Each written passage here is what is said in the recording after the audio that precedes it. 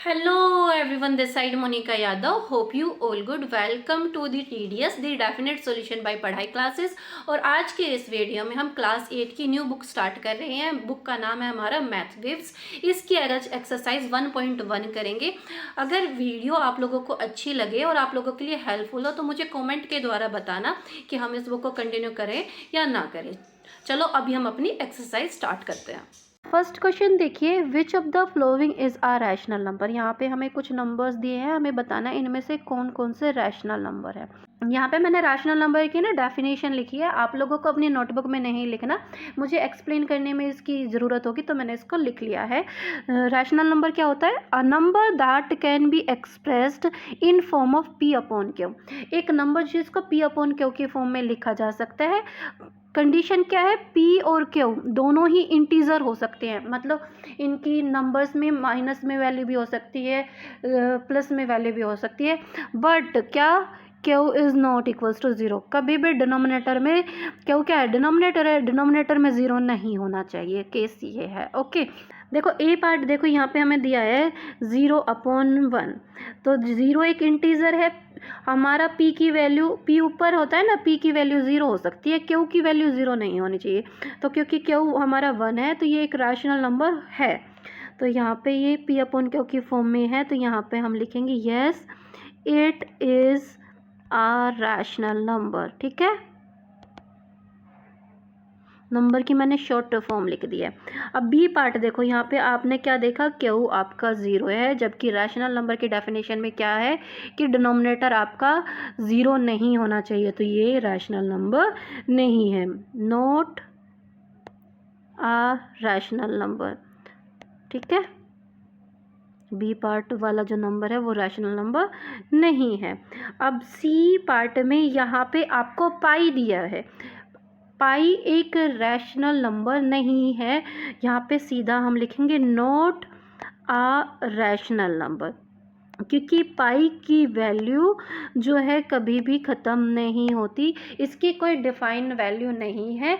अगर पाई के प्लेस पे देखो, अगर पाई के प्लेस पे इन लोगों ने हमें दिया होता ना 22/7, ये रैशनल नंबर था, बट जो पाई दे रखा है, पाई की वैल्यू रैशनल नहीं होती, ये मैंने आप लोगों को एक्सप्लेन कर दिया। पाई की वैल्यू इरैशनल होती है। ठीक है, पाई की वैल्यू हम लोग रखते ज़रूर है 22/7, वो एग्जैक्ट वैल्यू नहीं है। अगर आपको सिर्फ पाई दे तो बोलो ये है इरैशनल नंबर, मतलब रैशनल नंबर नहीं है। और अगर आपको लिख के दे, क्वेश्चन में पूछे 22/7, तो ये हमारा रैशनल नंबर है। मैंने क्या बोला? पाई रैशनल नंबर नहीं है। ओके, मैंने सारी चीज़ें एक्सप्लेन कर दी। ये रफ काम करेंगे, इरेज। अभी देखो डी पार्ट, देखो डी पार्ट में आपको दे रखा है 2 के डिनोमिनेटर में कुछ नहीं है, तो यहाँ पे हम 1 लिख सकते हैं, तो ये हो गया p अपॉन क्यू की फॉर्म में, तो ये एक रैशनल नंबर है। Yes it is a rational number. आप लोग पूरा लिख लेना, मैंने यस यस लिख दिया। अब ई पार्ट में आपको सिर्फ 0 दे रखा है, 0 के डिनोमिनेटर में कुछ नहीं है, तो 0 के डिनोमिनेटर में आप 1 लोगे तो भी इसकी वैल्यू 0 आएगी। 0 के डिनोमिनेटर में आपका जो मन करे ना आप वो ले सकते हो, अगर आप 100 लोगे तो भी हमारे पास वैल्यू 0 आएगी। तो आप क्या देख रहे हो? ये भी एक रैशनल नंबर है, ये भी एक रैशनल नंबर है, तो 0 की वैल्यू बहुत सारी वेरी करती है। हमारा सिर्फ डिनोमिनेटर में 0 नहीं होना चाहिए, न्यूमरेटर में 0 होता है तो चल जाता है। 0 के लिए यस आएगा, यहाँ पे हम लिखेंगे yes it is a rational number. मैं आपको बता दूँ, इसको हम लिख सकते हैं 0/1 के रूप में, 0/2 के रूप में, 0/3 के रूप में, 0/1000 लिखोगे, सभी में वैल्यू 0 आने वाली है। और ये क्या है? सभी रैशनल नंबर है, तो ये एक रैशनल नंबर है। ये रफ काम कर देती हूँ, इरेज। आगे का एक्सप्लेन कर देती हूँ। देखो रूट टू की क्या कोई वैल्यू निकलती है? √2 एक इरैशनल नंबर है। नॉट रैशनल नंबर को इरैशनल नंबर भी बोलते हैं, तो ये क्या है? नॉट, ये रैशनल नंबर नहीं है। ओके, क्योंकि अगर देखो रूट के अंदर 9 होता तो 9 के स्क्वायर रूट आप लोगों को निकालना आता है 3 एक रैशनल नंबर है। तो अगर रूट 9 होता तो हम ये बोलते कि yes it is a rational number, क्योंकि 3 को नीचे हमने 1 लगा दिया और ये लिखा जा सकता है P/Q के फॉर्म में। बट रूट 2 को हम P/Q के फॉर्म में नहीं लिख सकते, तो वो इरेशनल नंबर है, ना कि रैशनल। ये कर देते हैं erase. Now move to the second question. चलो सेकंड क्वेश्चन करते हैं। सेकंड क्वेश्चन में हमें क्या करना है, find 3 rational number equivalent to each of the following rational number. जो भी ये हमें रैशनल नंबर गिवन है उनके इक्विवेलेंट रैशनल नंबर हमें फाइंड आउट करने हैं। देखो मैंने यहाँ पे साइड में डेफिनेशन भी दे दी है इक्विवेलेंट रैशनल नंबर की। ये मैंने सिर्फ एक्सप्लेन करने के लिए दिया, आपको नोटबुक में नहीं लिखना है। देखो rational number that have the same value are called equivalent rational number. एक रैशनल नंबर जिनकी सेम वैल्यू होती है वो इक्विवेलेंट रैशनल नंबर होते हैं। जैसे मैंने एक एग्जांपल लिया 2/3 और दूसरा मैं इसके साथ ले रही हूँ 4/6। ये दोनों इक्वल है। मैंने इनको इक्वल क्यों किया कहा, क्योंकि देखो 4/6 को जब आप लोग रिड्यूस करोगे तो 2/3 ही आ रहा है, ये इसलिए है इक्विवेलेंट रैशनल नंबर। अब आगे क्या है, हम equivalent rational number find out कर सकते हैं मल्टीप्लाई करके या डिवाइड करके, न्यूमरेटर और डिनोमिनेटर दोनों को सेम नंबर के द्वारा। ओके, ये हो गई हमारी डेफिनेशन पे बात।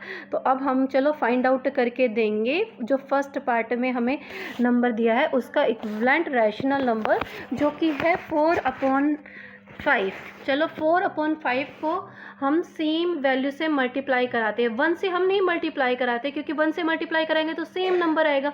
हम इन दोनों को 2 से मल्टीप्लाई करा देते हैं। ऊपर भी 2 से मल्टीप्लाई कराएंगे तो नीचे भी 2 से मल्टीप्लाई कराना होगा। 4 2 ज़ा 8 तो 5 2 ज़ा हुआ 10। पहला इक्विवेलेंट रैशनल नंबर आ गया। दूसरा फाइंड आउट करेंगे, वापस से वही रैशनल नंबर हमने लिखा 4/5 और इस बार इसको 3 से मल्टीप्लाई करा दिया। ऊपर भी न्यूमरेटर को भी डिनोमिनेटर को भी सेम नंबर से मल्टीप्लाई कराना होता है, तभी हमारे पास इक्विवेलेंट रैशनल नंबर आता है। 2 3 ज़ा 12 अपॉन 5 3 ज़ा क्या हुआ 15। 12/15 आ गया हमारे पास second equivalent rational number. Third find out करने के लिए वही रैशनल नंबर हमने लिखा और दोनों को ऊपर नीचे दोनों ही को 4 से मल्टीप्लाई कराएंगे। 4 4 ज़ा 16 अपॉन 5 4 ज़ा 20, 60/20 आ गया हमारे पास थर्ड रैशनल नंबर। इस तरह से हम जितना चाहे उतने equivalent rational number find out कर सकते हैं, क्योंकि क्वेश्चन में मेंशन था हमें फाइंड आउट करने हैं 3 रैशनल नंबर, जो कि हम लोगों ने फाइंड आउट कर दिए हैं। एक चीज़ और मैं बता देती हूँ, equivalent rational number find out करते टाइम आपके बहुत सारे रैशनल नंबर होते हैं, तो ज़रूरी नहीं है कि आपके बुक के आंसर मैच करें। आप चाहें ना तो इस नंबर को 4/5 को उठा के 8 से भी मल्टीप्लाई करोगे तो भी आपके पास इक्विवेलेंट रैशनल नंबर ही आएगा। लाइक 4/5 को मैं 8 से मल्टीप्लाई करूँगी तो ये भी हमारे पास इक्विवेलेंट रैशनल नंबर ही होगा। 4 8 ज़ा 32, 5 8 ज़ा 40, 32/40 भी इक्विवेलेंट रैशनल नंबर होगा 4/5 का। ओके, सभी कॉन्सेप्ट मैंने आप लोगों के क्लियर कर दिए हैं। ये सारा मैं रब करती हूँ, फिर यहाँ पे हम अपना बी पार्ट सोल्व करेंगे। बी पार्ट सोल्व करते हैं। यहाँ पे हमें ना -250/625 दिया है, काफ़ी बड़ा ये नंबर है। तो इस बार हम ना इसको डिवाइड से फाइंड आउट करेंगे। यहाँ पे देखो इक्विवेलेंट रैशनल नंबर की डेफिनेशन में मैंने आपको एक्सप्लेन किया था ना कि हम डिवाइड भी कर सकते हैं न्यूमरेटर और डिनोमिनेटर को सेम नंबर के द्वारा। अब आपने देखा कि इनकी लास्ट डिजिट इसकी 0 है, इसकी 5 है। ये दोनों ही मीन्स दोनों नंबर 5 से डिविजिबल होंगे, 5 इनका कॉमन फैक्टर होगा। चलो स्टार्टिंग में हम इनको 5 से डिवाइड करते हैं। तो हमारे पास है -250/625। आप लोगों ने देखा कि ये है काफ़ी बड़ा रैशनल नंबर, तो इसको अब इस बार हम डिवाइड से सोल्व करेंगे। अगर हमने न्यूमरेटर को 5 से डिवाइड किया तो हम डिनोमिनेटर को भी 5 से डिवाइड करेंगे। देखो -250 को अगर हम रफली 5 से डिवाइड करके देखेंगे तो साइन तो नेगेटिव ही आएगा, ये जाएगा 50 पे। या आप चाहें तो ना यहाँ साइड में डिवाइड करके देख लीजिए। 250 को 5 से डिवाइड करोगे, 5 5 जा 25 और 0 की 0 आएगी। तो इस बार इस तरह से हमारे पास ऊपर आ गया -50, क्योंकि देखो 250 के सामने नेगेटिव साइन भी था। अगर हमारा डिवाइज़र या डिविडेंट में से कोई भी नेगेटिव होता है तो हमारा क्वोशिएंट भी नेगेटिव आता है। अब हम क्या करेंगे, 625 को भी 5 से डिवाइड करके देख लेते हैं। पहले तो रफली डिवाइड करके देखते हैं। 5 से ये जाएगा 5 1 जा 5, अब यहाँ ऊपर से 2 लेंगे तो ये हो गया 12, 5 2 जा 10। अब वापस से ये जाएगा 5 पे, 5 5 जा 25। तो इस तरह से हमारे पास आता है 125। ये जितना भी रफ काम है ये हम कर देते हैं इरेज। देखो second equivalent rational number find out करने के लिए जो हमारे पास फर्स्ट नंबर आया है उसका भी हम यूज़ कर सकते हैं। हमारे पास क्या है, -50/125। अब आपको देखना है इनका कॉमन फैक्टर क्या है। दोनों का कॉमन फैक्टर 5 है। अगर हमें इसको दोनों को न्यूमरेटर और डिनोमिनेटर को 5 से डिवाइड करते हो तो हमारे पास क्या आता है, न्यूमरेटर है नेगेटिव तो नेगेटिव ही आएगा। 5 10 जा होता है 50, तो ऊपर आया 10। देन डिनोमिनेटर में क्या आएगा, 5 2 जा 10 और 2 और 5 25, 5 5 जा 25। हमारे पास आता है -10/25। अब third equivalent rational number find out करने के लिए हम इसी का यूज़ करेंगे। जो सेकंड इक्विवेलेंट रैशनल नंबर हमारे पास आया क्या है, -10/25। देखो इनका भी दोनों का कॉमन फैक्टर है 5, तो ऊपर और डिनोमिनेटर और न्यूमरेटर दोनों को ही हम 5 से डिवाइड करेंगे। 5 से डिवाइड करेंगे तो 5 2 जा 10, नेगेटिव है न्यूमरेटर तो नेगेटिव ही होगा। डिनोमिनेटर में 5 5 जा 25। ये आ गया जी हमारे पास third equivalent rational number. Okay, अच्छा अभी हो सकता है कि कुछ बच्चों को इस तरह से आंसर निकालने में डिफ़िकल्टी होगी, तो इन दैट केस आपने देखो मैं ये रफ काम कर रही हूँ, ऊपर आपको ये नहीं करना है। अगर आपको इस तरह से समझ में नहीं आता है ना तो आपके पास मल्टीप्लाई करने वाला तरीका वापस से है। आप न्यूमरेटर और डिनोमिनेटर दोनों को 2 2 से मल्टीप्लाई कराओगे तो आप लोगों के पास न्यूमरेटर में आएगा -500, नेगेटिव साइन कंटिन्यू रहेगा मल्टीप्लाई में। तो और 625 को 2 से मल्टीप्लाई कराओगे तो 1250 आएगा। अब आप क्या देख रहे हो, आप देखोगे कि ये जो आंसर है ना आपकी बुक में नहीं है, फिर भी ये करेक्ट है। टीचर्स इसको गलत नहीं कर सकते, ओके, क्योंकि ये इक्विवेलेंट रैशनल नंबर है। अब सेकंड फाइंड आउट करने के लिए आप वही करो, -250/625 को 3 3 से मल्टीप्लाई कर दो। और थर्ड फाइंड आउट करने के लिए क्या करोगे, न्यूमरेटर और डिनोमिनेटर दोनों को 4 4 से मल्टीप्लाई कर दोगे। दोनों में से कोई सा भी एक प्रोसेस आप लोगों को अडोप्ट करना है, ठीक है। मुझे डिवाइड वाला ज़्यादा आसान लगा तो मैंने डिवाइड वाला कराया है। ये रफ काम है, इसको मैंने कर दिया इरेज। जैसा कि मैंने बताया कि आपको सिर्फ एक ही प्रोसेस करके देना है नोटबुक में, चाहे आप मल्टीप्लाई वाला करो चाहे आप डिवाइड वाला करो। हम लोगों ने किया है डिवाइड वाला, ठीक है। Now move to the C part. Third question करते हैं, write each of these rational number with a positive denominator. जो भी रैशनल नंबर हमें गिवन है उनको हमें पॉजिटिव डिनोमिनेटर के रूप में लिखना है। ए पार्ट में आपने क्या देखा कि हमें दे रखा है 2/-7। इसका डिनोमिनेटर है -7। देखो -7 के प्लेस पे हमारे पास क्या आएगा, +7 चाहिए हमें। तो इट मीन्स हमें -7 को किसी से मल्टीप्लाई कराना होगा। किससे मल्टीप्लाई कराना होगा, -1 से। इन दैट केस अगर हमने डिनोमिनेटर को -1 से मल्टीप्लाई कराया तो हम क्या करेंगे, न्यूमरेटर को भी -1 से मल्टीप्लाई कराएंगे। तो यहाँ पे हमारे पास क्या आएगा, 2 को -1 से मल्टीप्लाई कराएंगे तो न्यूमरेटर में -2 आएगा और डिनोमिनेटर में +7 आएगा।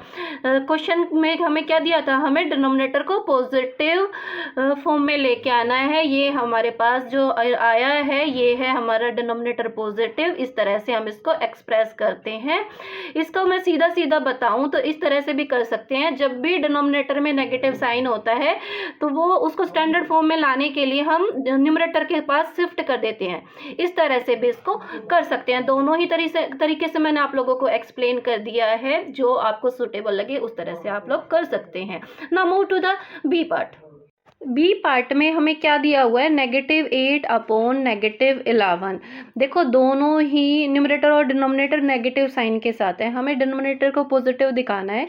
तो जब दोनों के पास, न्यूमरेटर और डिनोमिनेटर दोनों के पास नेगेटिव साइन होता है तो इन दोनों का नेगेटिव साइन आपस में कैंसिल हो जाता है। इस वाले नेगेटिव साइन से ये वाला नेगेटिव साइन कैंसिल हो जाता है। इसमें हमें कोई भी चेंज करने की ज़रूरत नहीं है, नेगेटिव साइन को कैंसिल कर दिया तो इस तरह से हमारे पास ये आ जाता है 8/11। ये हमारा है जी आंसर। देखो यहाँ पे डिनोमिनेटर है हमारा positive. Okay, now move to the C part. C part में आप लोग देख रहे हो यहाँ पे भी दोनों न्यूमरेटर और डिनोमिनेटर दोनों ही आपको नेगेटिव दिए हुए हैं। तो आपने जैसे बी पार्ट में किया था, नेगेटिव से नेगेटिव साइन को कैंसिल कर दो। न्यूमरेटर और डिनोमिनेटर दोनों के पास नेगेटिव साइन है ना, ये आपस में कैंसिल हो जाता है और कैंसिल होने के बाद में हमारे पास क्या बचता है, 5/12। This is our final answer. D part कहते हैं, डी पार्ट में हमें दिया है 3/10। देखो यहाँ पे डिनोमिनेटर है नेगेटिव, डिनोमिनेटर को 10 को किससे मल्टीप्लाई कराऊं कि मेरे पास पॉजिटिव 10 आए, -1 से मल्टीप्लाई कराना होगा। और इस रैशनल नंबर को इक्विवेलेंट रखने के लिए हमें क्या कराना होगा, न्यूमरेटर को फिर -1 से मल्टीप्लाई कराना होगा। 3 को जब -1 से मल्टीप्लाई कराएंगे तो -3 आएगा, और डिनोमिनेटर में -10 को -1 से मल्टीप्लाई कराएंगे तो 10 आएगा। आप लोग देख रहे हो यहाँ पे हमारा डिनोमिनेटर पॉजिटिव हो गया। इट मीन्स ये आंसर जो है हमारा बिल्कुल करेक्ट है। ये जो रफ काम किया है ये मैं इरेज कर देती हूँ, ये आप लोगों को एक्सप्लेन करने के लिए किया था। ये है हमारा final answer. Now move to the next question. चलो अभी फोर्थ क्वेश्चन करते हैं। फोर्थ क्वेश्चन में हमें क्या दिया है, express 7/9 as a rational number with numerator -28। यहाँ पे हमारे पास न्यूमरेटर क्या है, इस रैशनल नंबर में 7 है। 7 के प्लेस पे हमें क्या लेके आना है, -28 लेके आना है। इट मीन्स हमें 7 को किसी से मल्टीप्लाई कराना है। देखो प्रोडक्ट है नेगेटिव, इट मीन्स वो नंबर नेगेटिव होगा। 7 4 जो होता है 28, तो हम इसको क्या करेंगे, -4 से मल्टीप्लाई कराएंगे। ये जितना भी रफ काम किया है इसको हम करते हैं इरेज। चलो अभी हमारे पास जो रैशनल नंबर दिया हुआ था, रैशनल नंबर में हमें क्या दिया हुआ है, 7/9। जैसा कि मैंने आपको पहले ही बताया था, हमें न्यूमरेटर में बनाना है -28। तो हमने जैसे डिस्कस किया था कि हम न्यूमरेटर को -4 से मल्टीप्लाई करेंगे। अगर हमने न्यूमरेटर को -4 से मल्टीप्लाई कराया, इट मीन्स हमें डिनोमिनेटर को भी -4 से मल्टीप्लाई कराना होगा। तो हमारे पास क्या आएगा, -4 जा 28, -28 अपॉन 9 4 जा 36, और ये नेगेटिव है इसलिए -36 आएगा। ओके, बी पार्ट में हमें क्या कराना है, देखो डिनोमिनेटर को बनाना है +54। डिनोमिनेटर में क्या है, रैशनल नंबर देखो 9 है ना डिनोमिनेटर, मतलब 9 को हमें क्या कराना होगा, मल्टीप्लाई कराना होगा। 9 को किस से मल्टीप्लाई कराएं कि हमारे पास 54 आए। तो 9 6 जो होता है 54। तो यहाँ से हमने क्या किया, रफली माइंड सेट कर लिया कि हम न्यूमरेटर और डिनोमिनेटर दोनों को +6 से मल्टीप्लाई कराएंगे। ये जो रफ काम है उसको हम करते हैं इरेज। तो हमारे पास जो गिवन रैशनल नंबर था 7/9, जैसा कि हम लोगों ने पहले डिस्कस किया था, न्यूमरेटर और डिनोमिनेटर को दोनों को हम 6 से मल्टीप्लाई कराएंगे। ऊपर अगर हमने 6 से मल्टीप्लाई कराया, 7 6 जो होता है 42। डिनोमिनेटर में क्या आएगा, 9 6 जा 54। डिनोमिनेटर देखो 54 बन गया। इस तरह से हम जो भी क्वेश्चन में गिवन है, न्यूमरेटर बनाना है या डिनोमिनेटर बनाना है, उनको लाइक इक्विवेलेंट फ्रैक्शन में चेंज करके बना देते हैं। ओके, इसी के साथ आप लोगों की एक्सरसाइज 1.1 कंप्लीट हो गई है। उम्मीद करती हूँ कि आप लोगों के लिए वीडियो हेल्पफुल रही होगी। वीडियो अगर हेल्पफुल रहती है तो उसको ज़्यादा से ज़्यादा लाइक करें और दोस्तों के साथ शेयर करें। मिलते हैं नेक्स्ट वीडियो में। Till then bye bye, take care, stay connected.